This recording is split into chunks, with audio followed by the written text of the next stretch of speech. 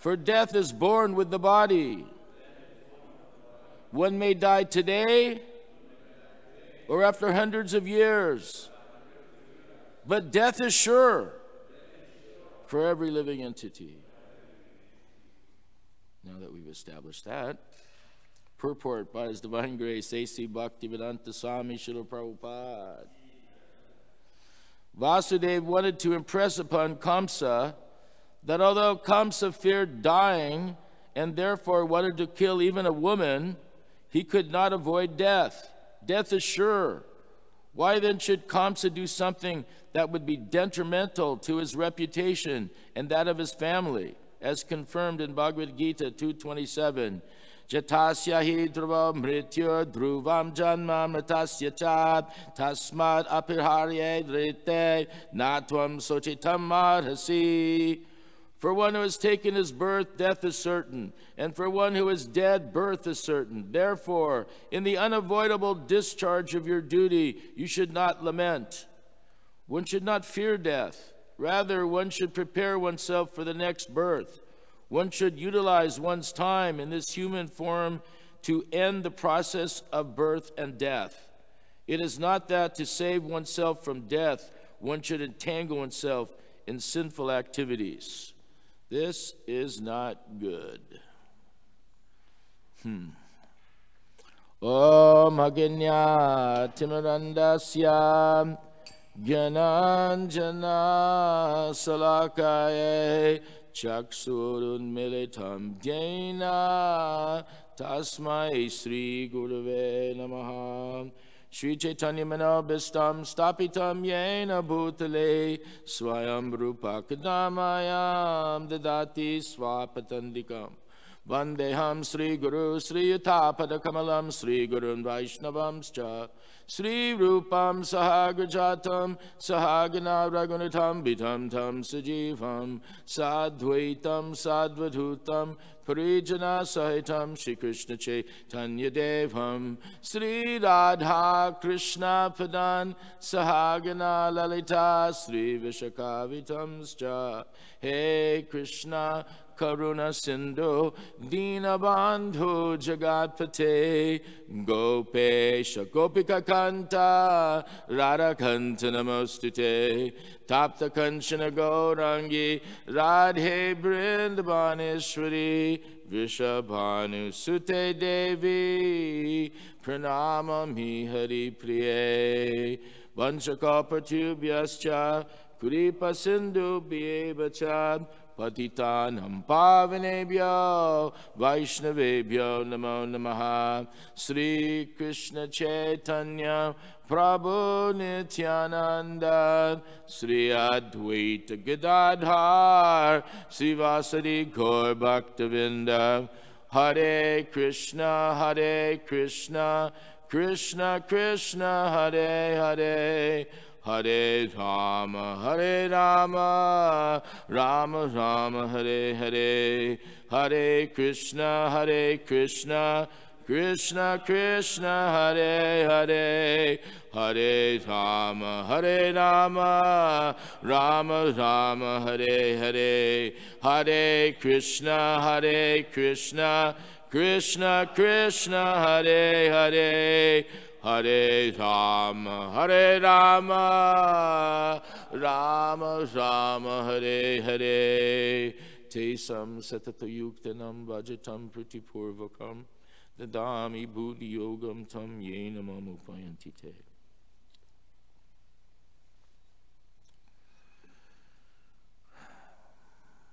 O great hero, one who takes birth is sure to die, for death is born with the body. One may die today or after hundreds of years, but death is sure for every living entity.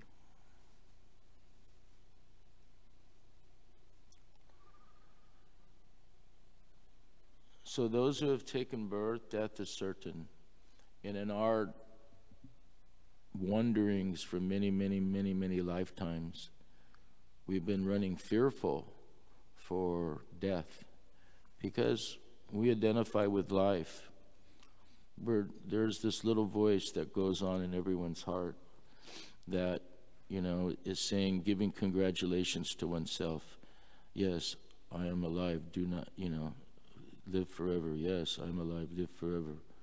So, unfortunately, we've come into the world of birth and death, janma mrityu, via old age and disease. So these material bodies, we spend so much of our time in eating and sleeping, mating, defending, and trying to beautify and trying to warm and clothe. Everything that the materialist basically does, he does for his material body, or his extended material body, his family, his wife, his sons, his daughters. In this way, our material life is absorbed in bodily consciousness, and then we are so trying to stick onto like that beauty, that we're trying to stay beautiful and attractive, and there's so many industries that are trying to keep everyone young and looking beautiful, take the wrinkles out, make it, put your hair back on, all these different things to try to stay youthful forever, because our nature is that we're eternal, but this body doesn't react in the same way as the way we're thinking. So we've identified with this body. So as we identify with this body, what happens? It becomes great sorrow because of our karma from previous life. Sometimes there's sickness, and sometimes there's disease, and there may be disease that there's no overcoming. Those of us that work in hospitals, we see that many times people coming in and they get noticed that there's some very dangerous disease, and people will know that that's pretty much, that's it. Their chances of recovery is slim, and so their life now is coming in front of them, all the things that they wanted to do that they won't be able to accomplish, and sadness, and the family sadness, because everyone is thinking they're this body. So therefore, unlimited desires and hopes that maybe I'll become a millionaire, maybe I'll meet Mr. Right, or maybe I'll meet Miss Wrong, and we'll become happy forever. But what happens? This body is aging, getting older. Ultimately, then the platform is death. So the whole time, the materialist is thinking, I am this body, and then death comes, and then he finds out, oops, I've made a miscalculation, but all my activities that I've done, where will I go? Now he doesn't know. So it is great anxiety for one for looking at life, and he wants to live. Even the smallest insect, the animals and the birds, and everyone is trying to save themselves because they have this natural desire to want to live. Why is that? Because they've come into this world, yes, but because the soul is eternal. It doesn't experience death. But we experience death. What do you mean the soul doesn't experience death? Because the soul is eternal. But we don't know the soul. We haven't spent any time trying to cultivate knowledge of who we really are. So the majority of people, they're dying in great fear and great anxiety and great sadness and great longing because of unfulfilled desires, because of having to leave. They don't know now where they're going to go, if there's anything afterward, because there's also philosophy out there that you only go around once in life, so enjoy all you can, because after death there's nothing, zero, sunyavadi, nowhere. So then you have those great anxiety that, that was it. I didn't accomplish everything that I wanted to do. I didn't get to be my $400 million goal, and all these things. And we become sad, and we become angry, and we become angry with God. If there's one, why do you have to take me or take my son or my daughter or my family member, this? And we become actually antagonistic even to God, because we say, why you're taking my material life? So we only know this materially. This is the sadness of material energy, of ignorance that's rampant, especially in Kali Yuga. So who is there to help them? Who is there to help the masses of millions of people who've identified, I'm black, I'm Indian, I'm Caucasian, I'm Texan versus Illinois versus Arkansas? And it's like, We have so many misconceptions. We're built, this whole material world just means misconception. We've labeled, this is America, like we've labeled this as Illinois, but we go up 94 a few miles and say, oh, this is Wisconsin. But if you turn around and look, and you're like, well, it kind of looks like Illinois, you know? What's the difference? We've made these designations. We've put, here's a line here, but I couldn't find that line. I just saw the sign that says, now I'm in Wisconsin, but it looked kind of like Illinois, but there's a line I guess I crossed. I must have missed it when I'm driving because it looks the same to me. So we put all these compartments in so that our brains, our minds can make these designations so that we feel comfortable in orderly organizing our thoughts and things in these designations so that we can go forward.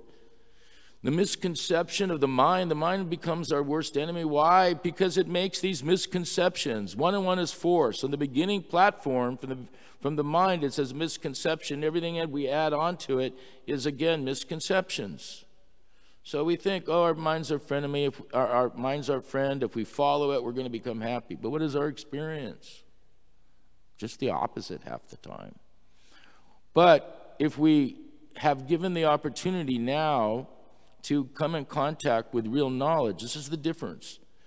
And this is where the devotees are actually merciful in representing Sri Chaitanya Mahaprabhu, because the dharma of the devotees is compassion. That's the dharma. The dharma of devotees is compassion.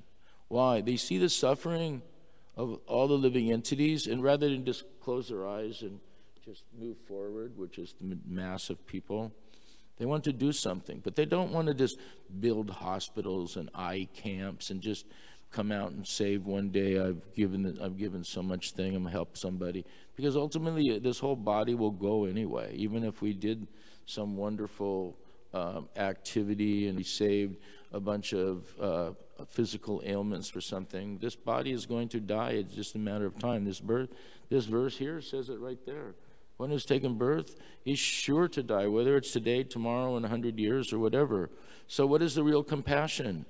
Lord Chaitanya had said, Bhaktisiddhanta had said, the real compassion is giving the living entity, waking them up to their eternal life, to eternal knowledge, to give them the understanding, you're not these bodies, you're a spirit soul. Not only are you a spirit soul, you're meant to engage in the service of the Supreme Lord and his consort. And most people will go, what? Well, my God is like this. But I say, okay, even if you're a Christian, what does your God look like?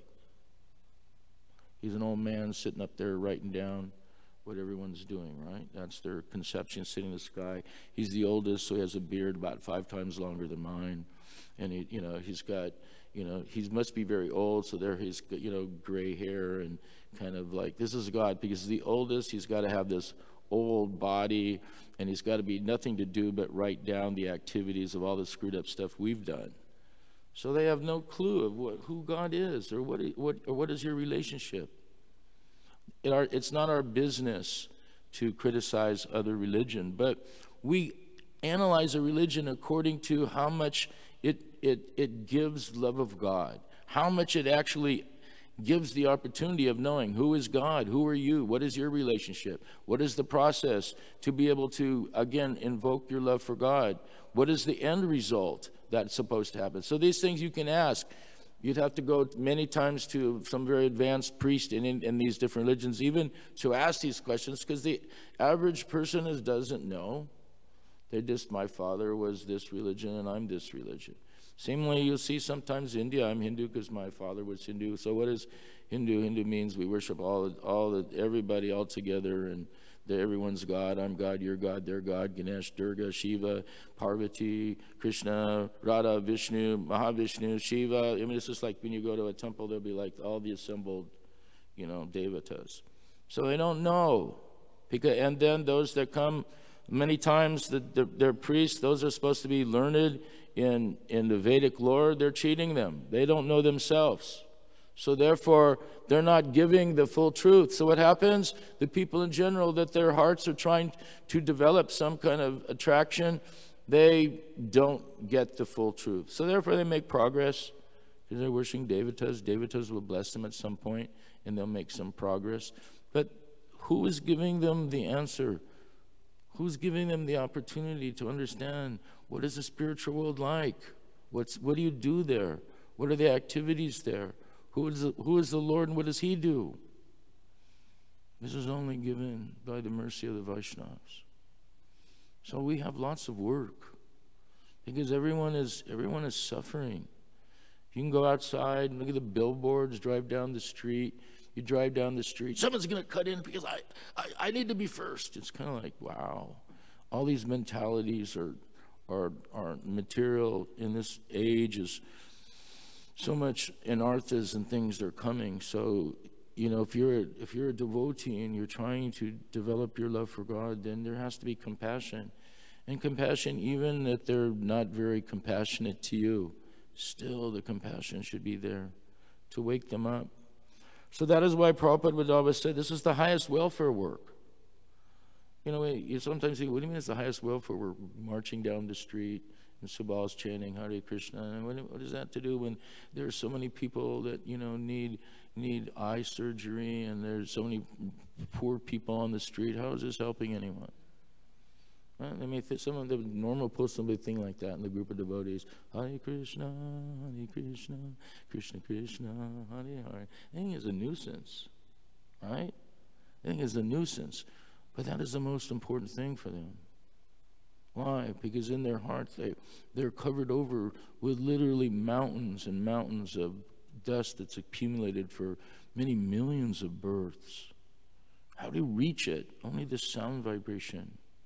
They won't sit and come to listen to Mahabuddhi's class. I wouldn't either, probably, but even the outside people, they're not going to come until they have their heart's been affected a little bit. If their heart's been affected and they're near devotees, that means somehow Krishna's waking them up, giving them the opportunity to have some sadhu sangha, to enter into the process. So very shortly, that Shraddha will grow into Brajana Kriya. So those are the beginning stages for devotees are coming. But the people outside, they may have some hope and some mercy and some good qualities. But when they start praying to the Lord, please, help me. I don't know what to do. I don't know who you are. I don't know what I'm suffering, and I don't have any hope. So they may go to their church or they may pray like that. And those are the serious. Then Krishna, within the heart, through Chaitya Guru, may give them the opportunity to come in contact with one of the devotees on the street. Who gives them this magazine? Who gives them some prasadam? Who they stand in the little round downtown and they stand in the little circle listening. They don't want to get too close because the devotees look too different for them. So they'll stand a little bit there and they'll hear. They'll stand. They don't want to be approached by anyone. They're a little fearful, but they're actually don't know why they're being attracted. And they're hearing Hare Krishna, Hare Krishna. So they're looking, standing to the side, kind of looking. They're frightened. And if anyone comes approach them, they'll run. But actually, they don't know why they're attracted. But somehow they're attracted, and they're hearing this, and they're starting to wake up. And this is an accumulated effort. This agyata sukriti is accumulated. They get something. They meet a devotee. They take some prasadam. They take a book. They hear some kirtan. Well, then they'll get another chance, and another chance. I remember even in my own case, I was a football player, and I was wearing my football jersey because we were having a game in our university. And everyone, if you wore your football jersey, you were like, some superstar or something like that, number 65. So anyway, someone came to me and told me the Buddhists are on campus, and I used to defeat everyone in philosophy. So they, Randy, you should go. The Buddhists are on campus, and I go, the Buddhists? Anyway, so I went to the free speech area where they were chanting. Dinabandhu was chanting, and his wife Akuti and a few other devotees. And there was this Christian heckler. You're gonna go to hell. This is like, I wanted to go hear what they had to say, and this guy was just heckling. You're gonna go to hell. You're the devil. You're the. And it's kind of disturbing, the whole environment. So I kind of walked up to him within about 1.5 inches of his face, and I just said, I want to hear these people. I don't want to hear you. So leave. And be quiet and leave.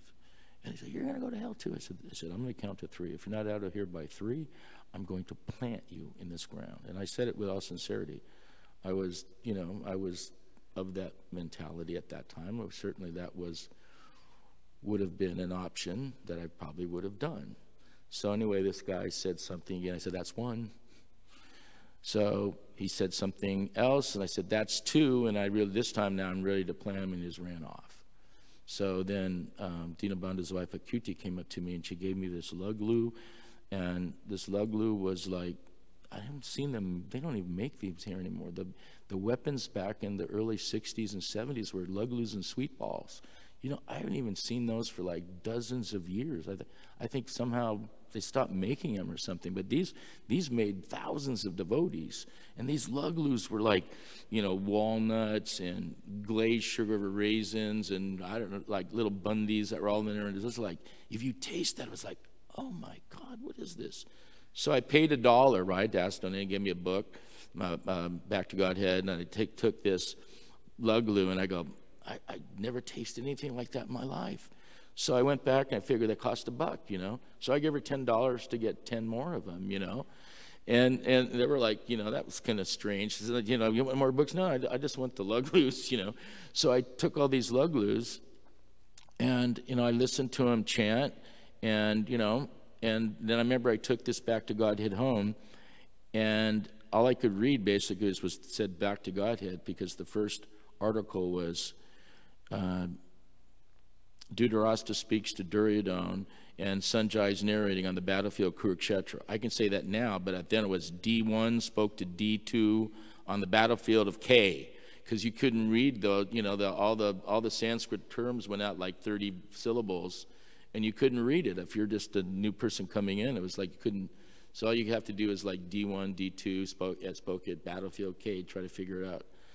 But I realized I read a little the little process of the Bhagavad Gita, the Back to God, what it stood for. So somehow or other, Super Soul made me keep that. So all the other things I'd throw out, I kept that because this is real true religion. So gradually from there, we got a chance for more association and more association. And then, devotees would come on campus, and Hridayananda Maharaj and Satsrup Maharaj came on their world tour of up against the myth or something. I forget what it was way back then.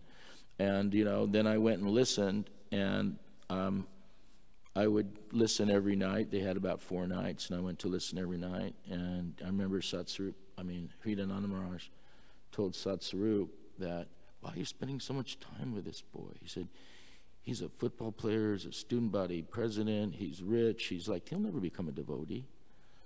And Satsrup goes, no, he likes to hear, So, and then the next day he came to my house. And in my house, when he came to my house, at that time, after the Back to God stuff, I had bought so many, I don't know how, but I sent away to Mayapur. And I got from the Gaudiya Math, I got Jaiva Dharma, Krishna Karnamrita, Brahma Samhita, the Chaitanya book, the teachings of all the books by Bhaktivinoda Thakur and Bhaktisiddhanta. Although I couldn't read most of them, they were like way beyond my scope. They were first all coming in, and when he came there, I had posters of,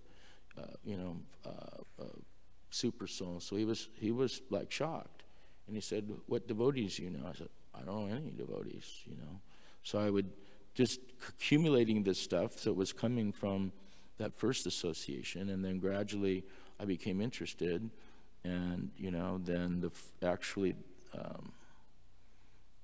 so at that point, this is a cumulative endeavor, and it's like waking up from last life also.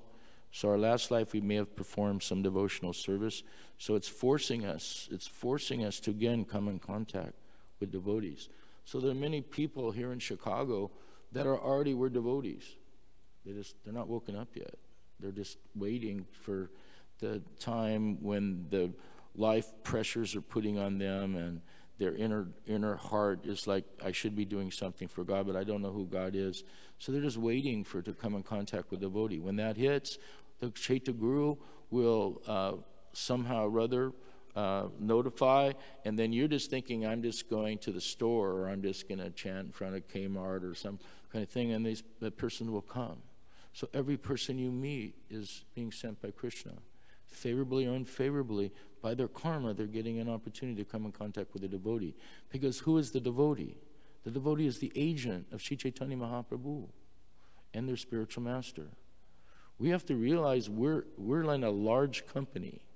We're in a very big corporate company, and the corporate leader is Krishna and Radharani, and then we are employees, and we're voluntary employees, but we get paid by bhakti, not by dollars and cents. And our business is to do their business, right? Our business is to do their business. And what is their business in this age? Sankirtan Yajna. So the Sankirtan Yajna, why is the Sankirtan Yajna in this age? Because nobody knows anything. They think they know, but they really don't. Our business, Bhakti Tirtha Swami and I and the other members of the library party, we'd have to go all over the world and talk to professors, big scholars, big Sanskritists. You know what? At the end of about our first year in 1973 or 4 when we did that, it was like, these guys don't know anything. They really don't. They know to conjugate verbs, and they can know, and they can translate things, but because they don't have anything in their heart that's been developed, it just becomes dry, speculative scholarship, and it doesn't produce anything in the heart of the persons they're coming in contact with.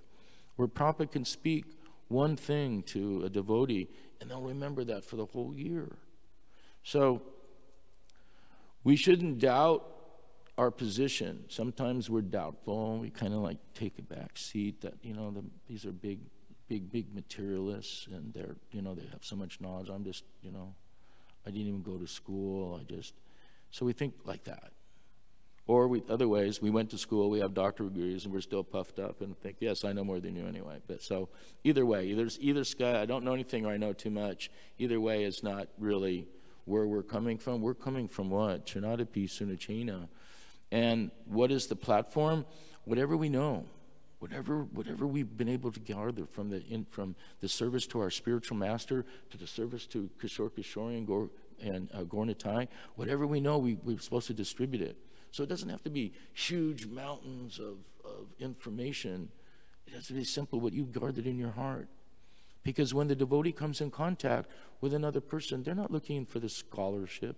They're looking for that heart relationship. So Chaitya Guru will know if you're speaking to their heart, if you're sincere, and you're giving what you know, and how your love is being manifest in yourself, and how that's going, how you're actually giving part of that to someone else.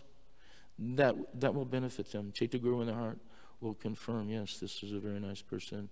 This is interesting philosophy. Maybe I should learn some more. And they'll get another opportunity.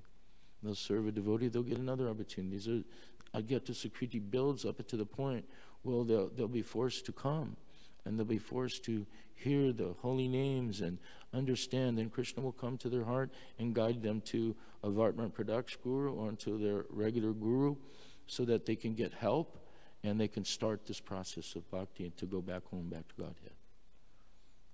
So you are all agents. You are all in the company business.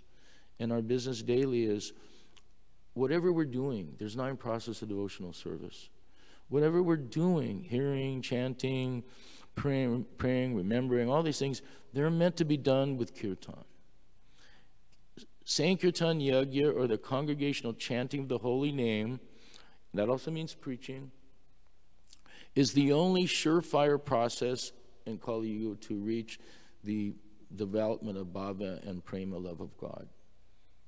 So it doesn't mean you don't do puja, it doesn't mean you don't do reading, but you have to do that in conjunction with kirtan. Why? The kirtan process is the process. The other developments of, this might be new to some of you, but I'm sorry, but I'll say it anyway. The other processes of devotional service, the other 9 processes, if they don't increase your surrender and mood and appreciation of Sankirtan, then it's a distraction. And that Bhaktisiddhanta said that. It's a distraction. Because what should be happening? are when kirtan is being given, when kirtan outside is being given, when we hear the kartels and the mridanga, when a class is being given about glorification of Radha and Krishna, then we should be enthused to want to hear, to want to go to it. I know even in my own devotional service, I need to hear. When I just hear something, it ignites the fire within us, and it's like the flame starts going.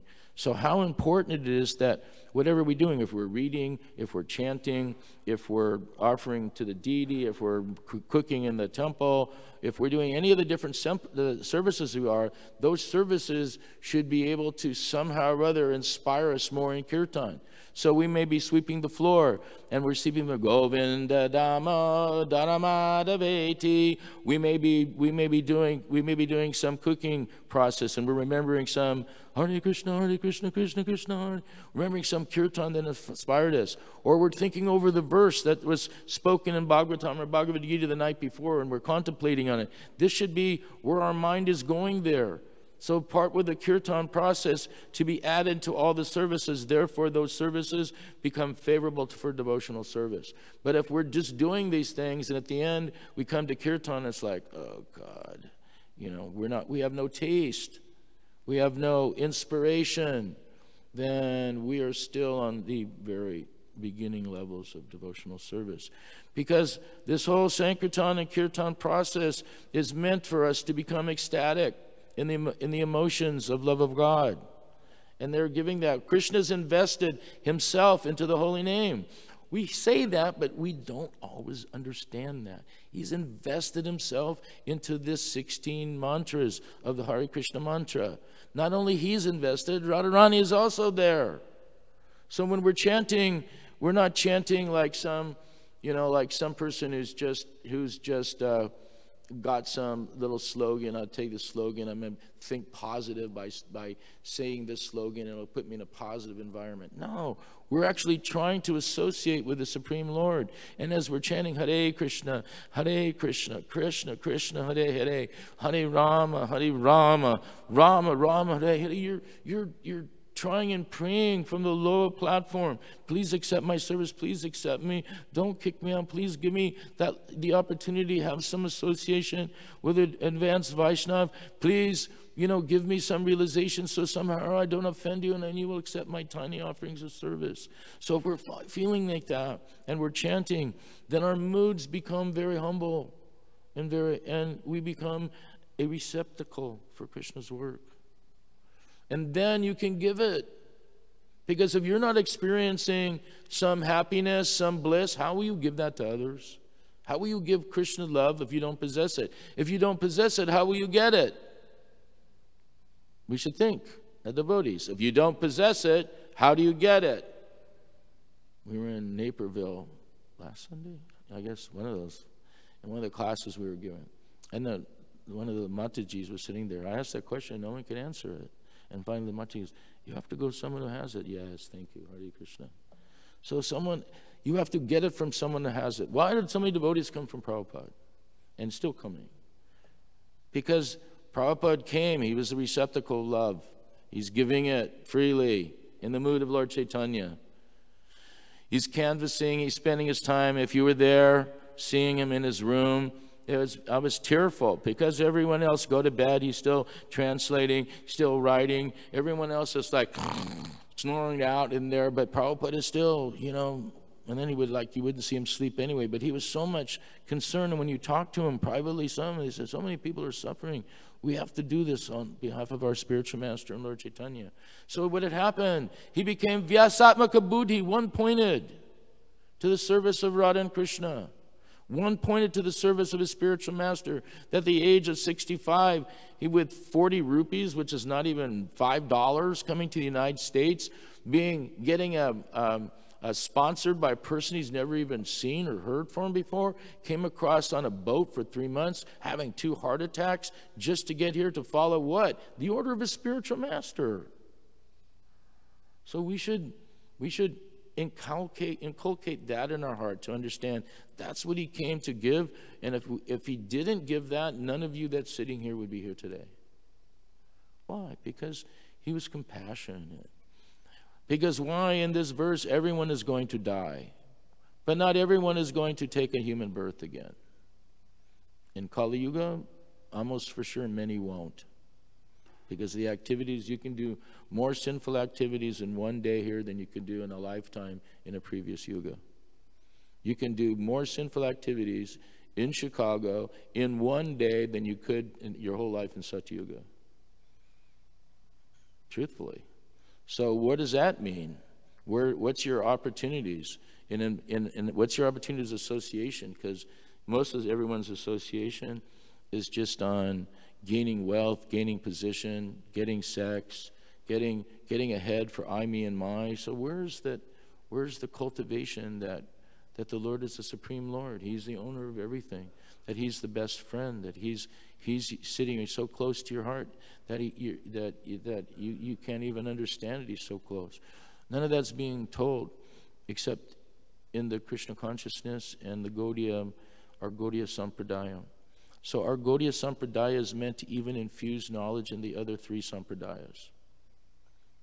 All the Sampradayas at some point in the future will come together in a friendly mode rather than arguing with each other and push forward the consciousness of that we are the servants of God. And they may do so from each of their perspectives. So that is why we honor the different societies and the Vaishnavas, regardless if they're Sri Sampradaya or if they're from Madhya Sampradaya or they're from Nimbadita Sampradaya or even from our own Sampradaya but a different organization than ISKCON. These are all Krishna's servants.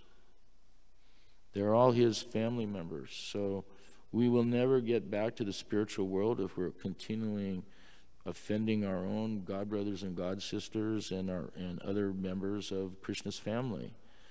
So at some point in the future, all of these, because we were told this, all of these sampradayas, all things will combine in a collective effort for preaching Krishna consciousness, preaching God consciousness. So we should look into our hearts, knowing that death can come any time, even as devotees. It doesn't mean that you're going to have to become old like me and even older, but death may come even to the youngest person in this room. No one knows when death is coming.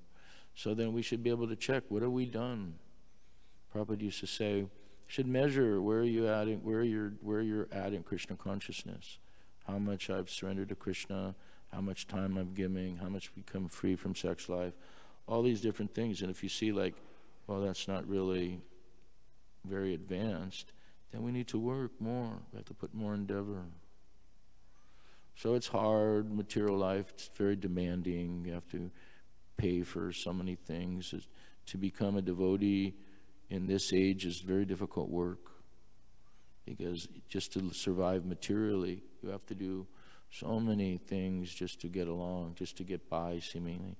But the devotee's business, if you're not a grihasta, the devotee, even as a grihasta, your devotee's business is to somehow push forward the desires of Lord Chaitanya. And Lord Chaitanya wants to give everyone love. He wants to give everyone the opportunity, so when one dies, he doesn't have to come again in some lower species in one amongst the 8 million species of life, because we're now part of the 400,000 human species. So at least come back in that. But why should we come back at all? We shouldn't want to come back, and if we can fulfill our obligation this life, we should try to do it. But then that's an individual realization. Either we're here and we're satisfied to just kind of go along with the motion, the river's going, I'm part of the river on the boat. That's okay. That's one desire. The other desire is that, what can I do? How can I do it? What, do or die, Vyasatmaka Buddhi, one-way ticket, self-surrender. This is the mode of the 6 Goswamis. And this is the mode of Prabhupada you saw. So all of our authorities, the Mahajans, Srila Prabhupada, our Gaudiya Varga, they were all one-pointed, all do or die, all very strong determination to please their spiritual master and Radha and Krishna. So we need to look in our heart, at least be favorable to wanting to cure the ignorance that's rampant in Kali Yuga by distributing whatever it is that we know, a little bit we know, to give to others so they can benefit and their suffering can be mitigated, and they may get a chance to develop a relationship with Krishna, Radha and Krishna. So that is our mission, that is our hope, that is the place where devotees should feel not only compassionate but motivated to do that. And if they do that, with them will come the blessings of Sri Chaitanya Mahaprabhu and our Gaudiya Guru Varga. The blessings will come. So that's a simple message. This verse reminds us about death, that death can come at any time, that we should not fear death in the sense we should fear. What I would fear is that, okay, I would have to come in front of that, and then I'd have to measure up, am I a Asat disciple or a Sat disciple? Have I done anything to follow the instruction of spiritual masters and our Guru Varga? Have we put forth our best effort, or we kind of done a little bit here, a little bit there? So the idea is at some point in our life, whether you're young or old, is become serious in Krishna consciousness. And if we become serious, then we'll seek out good association and we'll eliminate bad association. We'll try to improve our chanting and hearing. We'll try to associate with those who also like similar like that. And then when we come to functions, we'll try to absorb what it is what is it that I'm trying to do. I want to increase somehow or other my relationship with Krishna. It's not a mental thing, it's a heart thing. So Krishna is in the heart. He wants to distribute love. So if you want love, then you also have to give yourself and open yourself so that you can take it. He's giving it. You have to take it. But at the same time, if we're so fearful and that, how are we going to do this, and how are we going to maintain ourselves, and how are we going to pay the rent, and there's so many different avenues of fear.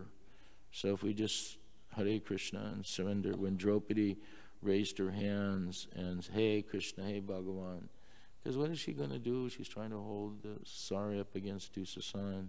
Dusasan has a strength of 10,000 warriors. I mean, what chance does she have? So when she surrendered to Krishna, Krishna came. Oh, good. So the same thing in our Krishna is the protector. He's our maintainer. So if we say that, we understand that window of bhakti, that when we think like that, then why won't Krishna do it?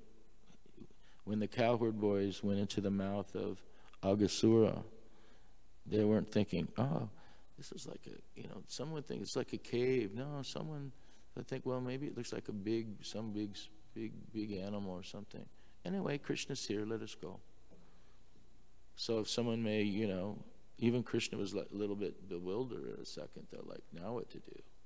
So they had no fear. Why? Because we're with Krishna. What is it going to? So even though they fainted and it seemed like, oh, the demigods were crying, oh, alas, and now what? Krishna's been swallowed. All the cowboys are swallowed. They were all freaked out up on the. And Krishna just thought, okay. Then he became so. Now it requires I have to do something because all my devotees are fainted. They're all in this position. So then he became so hot and expanded so hot that forced the soul right out of the head of the Aghasura. And then later woke all the cowboys up and they all walked out and it's like, oh, it's no big deal. Because why? They pretend they everything, their love, their heart, their surrender, their mood, everything was given to Krishna, independence. So if we become like that, we'll never become the loser. Krishna's our protector, and he's our best well-wisher. So when you saw Prabhupada write letters at the end, what would he say at the very end of his letter? Remember? Your ever well-wisher. So we're eternal. And ever well-wisher means that they have come to, they're our best friends. They're our best well-wishers. They want us to obtain that eternal abode, become happy. Why suffer in this world? So they've come to give that, and that's real compassion. That's real mercy. So you have the opportunity of carrying on that legacy. You have the opportunity. If everyone takes it in their heart, it's dependent on Krishna will send people to you, whomever you meet, wherever you meet, whomever you come in contact with. Then you give them Krishna. Even when Prabhupada used to say, even Saraswati, at that way back when she was a little girl, she's like in her 30s now, the daughter of Malati and Shamsundar, she used to go, and Prabhupada would be so thankful you bring that up. She would go and said, you know, who is Krishna? So he's talking to her schoolmates and explained, this is Krishna. So he said, that is preaching. So we can at least do that. So if we try, we make endeavor, like this month's thing is to do one kirtan. But kirtan also doesn't mean, as it's presented, we just try to sing one kirtan. Kirtan also means preaching, is also kirtan.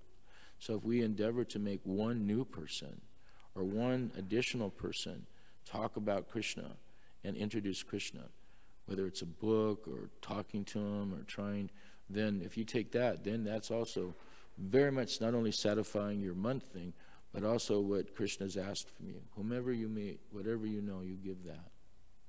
And they will be benefited, and you will also be benefited. So that was told to me personally. So I'm giving it to you because it's as much valuable to you as it was to me. And it was told, he said, Mahabuddhi, you give whatever you know. People will be greatly benefited from it, and you will also be benefited. Not that we're looking for them benefit, but whatever we know. We don't have to be big, huge scholars or, you know, some super sannyasi or something. Whatever our positions are. Because Krishna doesn't look at the positions. He looks at what your heart is.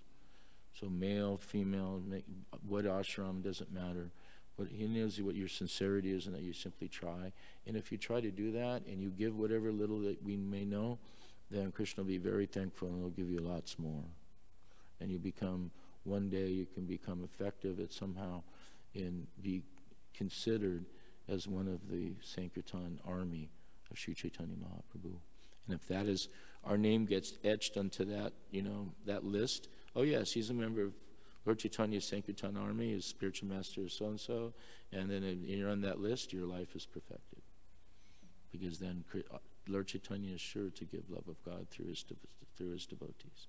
Because why? You're trying to distribute it also. Whatever little love that we have, we're trying to give to others. The Madhyamadikari sees four things. He serves those that are more advanced than him, and he surrenders. He makes friends and reveals his mind to those on the same level. He helps those compassionately for those who are younger devotees or newer, and helps give them instruction so they can become advanced. And those that are inimical or always talking prajalpa, he avoids. So if we follow those platforms, we may not be on Madhyam platform, but if we follow those platform, then certainly very quickly you'll come to Madhyam platform. And if you're on the Madhyam platform, then this is a commandment that we have to follow. Any questions?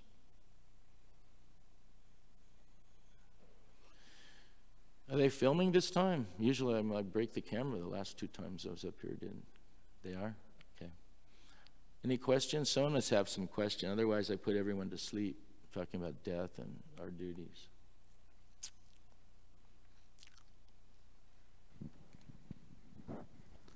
Oh, thank you for the class, Prabhu.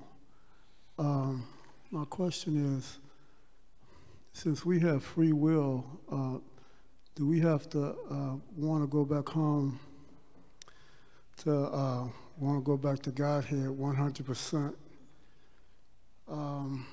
Because we have free will, do we have to desire that 100% to go back home to Godhead, or should we think we're going to go back home to Godhead in this lifetime? You have free will, and you've executed your free will to get here. Otherwise, you wouldn't, you know, there's many other things you could do without becoming a devotee. You could, you know, become a race car driver, you can jump off ski lifts or whatever, but you became a devotee. So a devotee means what? A devotee means we should understand our home is in the spiritual world, not here. But what is our duty? If we use our free will, let me surrender to the order of the spiritual master and our Mahajans, our Gaudiya Varg. Let me surrender to that, and let me follow that. And then I'm given the principles to follow. I'm giving the chanting to follow. So how does it really work? So we're told to chant 16 rounds, but most people, let me qualify it. Devotees should, if they're not having a taste in chanting 16 rounds, then they should work on chanting 32 rounds. And then if they don't have a taste on 32, they should try to work even farther. So in other words, what happens is there's a progressive march even in japa and chanting. By chanting, there should become a taste. That as we move through the nistan to rucha, we should be taste. And then we're not just chanting 16 rounds then, we should be 64 or 120. You see all all these devotees chanting more. Why? How do they do that? Because they have taste. They have to do this. They're realizing that Krishna is every moment there, and they're connecting with it. And that they connect it, they can enter pastimes and all these things. This is a higher level. So rather than think, let me go, I have to use my free will to go back to Godhead. Let me use my free will now, because that may seem to be too far of a leap, and follow the instructions that I've been given. And follow the instructions of my spiritual master, and try to perfect my chanting and hearing and association. By doing that, all these other things will come. If we don't do that, it's like, we're trying to light a fire, but we didn't strike a match. But, it's like, well, I got the wood, I've got this, I've got the tinder, I built the thing around it, but, where's the fire? So you got all the things around, but you have to strike the match. And strike the match means...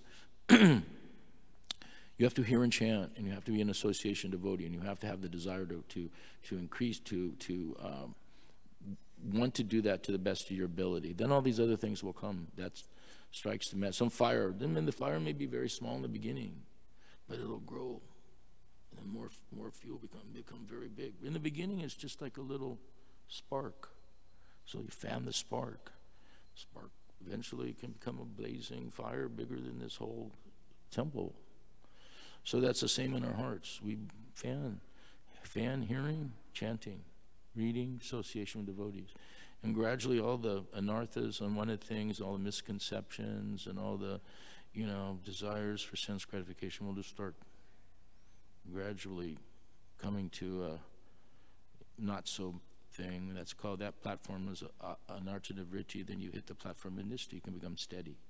So once they're steady, then you can start seeing things as they are. In the beginning, when there's so much turmoil and stuff, you love of God and understanding that it's not really clear, because one day you're doing this, another day you're doing that. So as gradually as you're able to become steady, then Krishna consciousness and the goal is you're able to see that. Then you can do or die. Then you can, from that platform, you can make a firm determination. But in the beginning, first, you can't be firm because you don't even know who we are. So we're still learning. So the best thing to do is dedicate yourself to the instructions that you've been given. Krishna's in your heart. He's already given you instructions. Follow that to the best of your ability. Make sure you associate and chant very nicely, very sincerely. Enter kirtans. Go wherever there's some advanced person, Krishna speaking about Krishna. And then if you go there, then automatically in a short period of time, then all the things will come. But if we don't do that, and we're trying to do everything else, then our heart doesn't become still like hard as a rock. We're not being malleable enough where Krishna can enter it, clean it, and then he'll need to sweep stuff away because it's so dirty before he'll sit and enter it and give you instructions. Then when the instructions is the same verse Prabhupada gave me. Tesam satata yuktanam bhajatam pritipurvakam dadami buddhi yogam tam yenamam payantite. Those who constantly worship me, I'll give them the intelligence, how they come back to me. We don't have to think it ourselves. Krishna will provide it. Oh, you should do this, you should do that. And then what happens? The guru is also seeing, when the gurus, and they see some, they don't just see everyone as disciples. Sometimes this is we're parkars. They're eternal associates together. So when we say we should understand the mood of the guru, well, the mood of the guru is very elevated, but it's also being understood. If your heart's been pure, you'll understand what he's trying to do. And then you try to engage in that process to assist him. And that's our progressive path. So the first thing one does, he has free will, use that free will and to do this. And then that's where that vyasatmaka buddhi comes. Become determined, that's what I'm going to do this. I don't care, it's rain, snow, I don't care this, I don't care, I'm the only one in the temple doing this, or whatever. That's superfluous to me.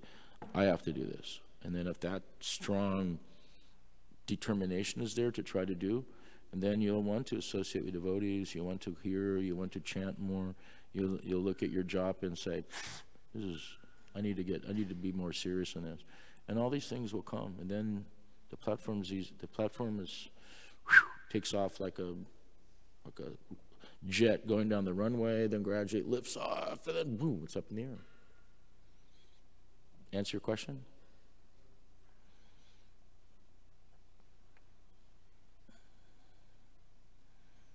Anyone else? No? Yes, Prabhu. You have to give a question I can answer, though. As we begin the 10th canto, I'm trying to understand particular qualification and mood of how a devotee appreciates Krishna. Krishna in Vrindavan is, as we've mentioned, the real Krishna, his fullest potency, his fullest personality. But for example, Prabhupada says, deity worship is performed in the mood of Lakshmi Narayan. So when we're hearing pastimes of Krishna, how to understand what our particular orientation should be to the subject matter. On the one hand, it's so elevated, Krishna in Vrindavan is so elevated that it may seem presumptuous to try to appreciate that directly. Rather, for example, the mood of Brahma, who offers prayers in great awe and reverence. It's Krishna in Vrindavan, but his mood is awe and reverence. So is that an individual thing? How do we understand the proper methodology for that? In Goloka Vrindavan, the gopis are also doing arti, but how are they doing arti? With their eyes. So they're not. There are sometimes they actually, do with, ghee lamp, but they're performing artik with their eyes. And so we're not on that platform, and the mood in worshiping the deities is, yes, Lakshmi Narayan. So it's the mood of awe and reverence, Aishwarya, for those that are on that platform. When Prabhupada would worship the deities, when he didn't see the same platform as we did. In Atlanta, and the other places, he would speak directly with the deities. So we're not speaking directly with the deities. But what happens? So we're also on a progressive path. So as we perform our devotional service and we commit to that, then there's a progressive path. We should become like Prahlad Maharaj, like in moving like Chitraketu, like all the different leaders in the Bhagavatam coming up to the 10th chapter. So as our heart is actually, as we're cleaning our heart, then some of these moods will also come. And our position is, whatever our position is, when we see Radha and Krishna, we see Gaur Nitai, according to our level of advancement, we may see them in the different moods. Yet we still worshiping, we come to the temple, we're still worshiping, we're doing so many rounds around the feet, some around the head, so many things, doing that. But then what is that internal mood that you're speaking? So in the beginning, one doesn't know the internal mood, so he's following the regulative platform. So when the regulative platform gets introduced with meditation on each of the limbs and each of the places of body when they're offering devotional service, becomes another platform. Then when the moods of the different pastimes run through the heart, that's another platform. And then when they're pure love, then they're saying, this is my lover, this is my friend, this is my son. And so Mother Yasoda, when she was offering, when Krishna was going out with Balaram into the cows, she was standing there and just tears were rolling down her eyes, and even Krishna took her dupata and wiped, because She wasn't thinking, do I go 4 times around the feet, or or 7 times, or is that 8 times? I forgot. She's thinking, this is my son. The fact that she's waving the giwimp is to make more clear that she can see him even better, and that loving relationship was. It wasn't that, oh, did I chant this mantra, that mantra, but her love was just pouring out, and it was pouring out from her eyes, and she's doing. So that mood of her doing it is pure love. So the mood of the devotee that does the puja is the standard of what standards they're at. So according to what level of standard is, you're doing authorized puja in that platform. So in the beginning, Prabhupada gave the beginning platform, so everyone could at least be on a standard platform, but he didn't say that's the end result of puja. So as our heart becomes cleaned, then we will establish a relationship with Krishna. Then the person who does puja 1, he may be thinking, I'm doing 4 here, 3 here, 7, 8 these, just trying to remember doing it like that. The other is thing, he may be doing 4, maybe doing 30. He just forgot actually even what is the puja that he's doing. He's offering through his heart and his eyes, and the thing out of love. So then that mood is different than the beginning mood, but the process seems to be the same. So that the process is the process, but the process changed according to the mood of the devotee.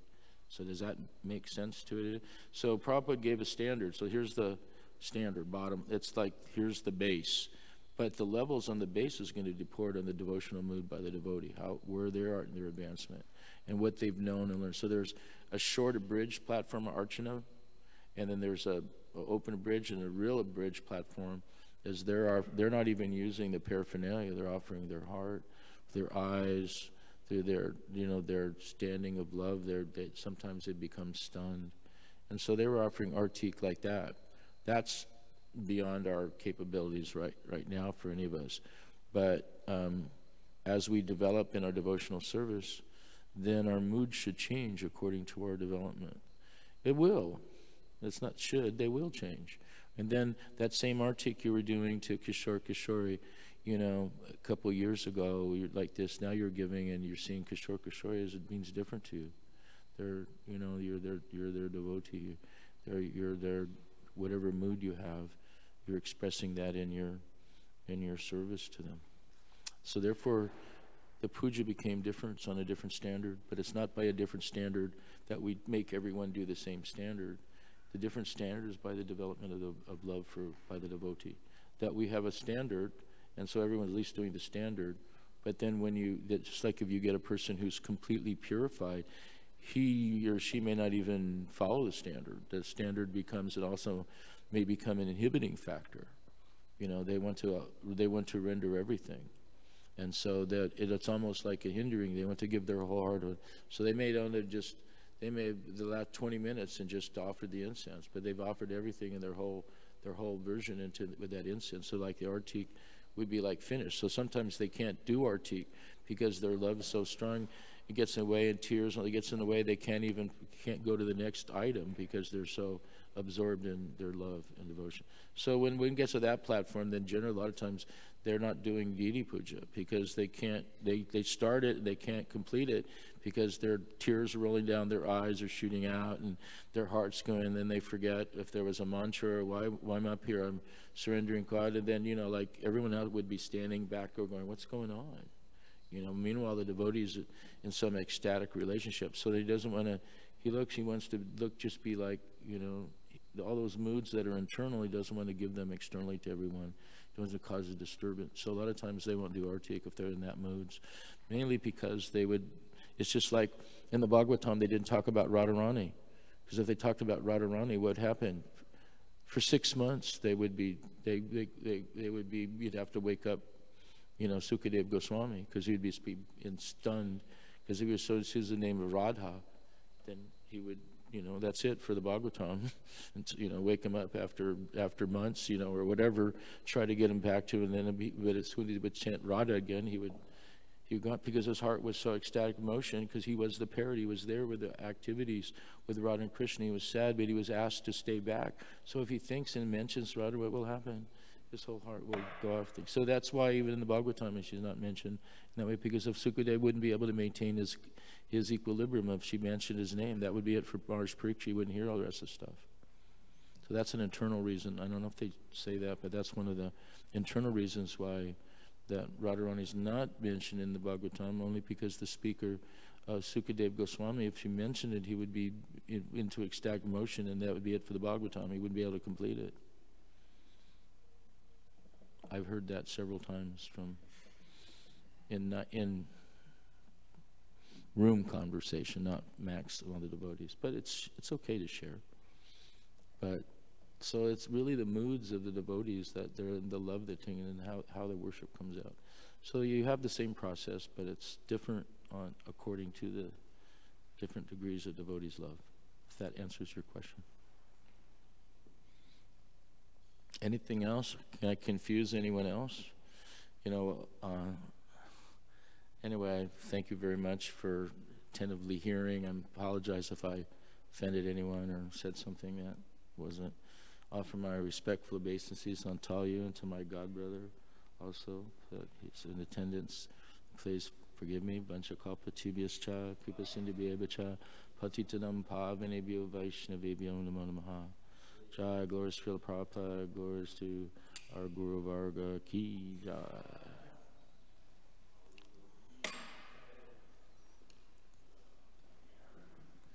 Is that okay?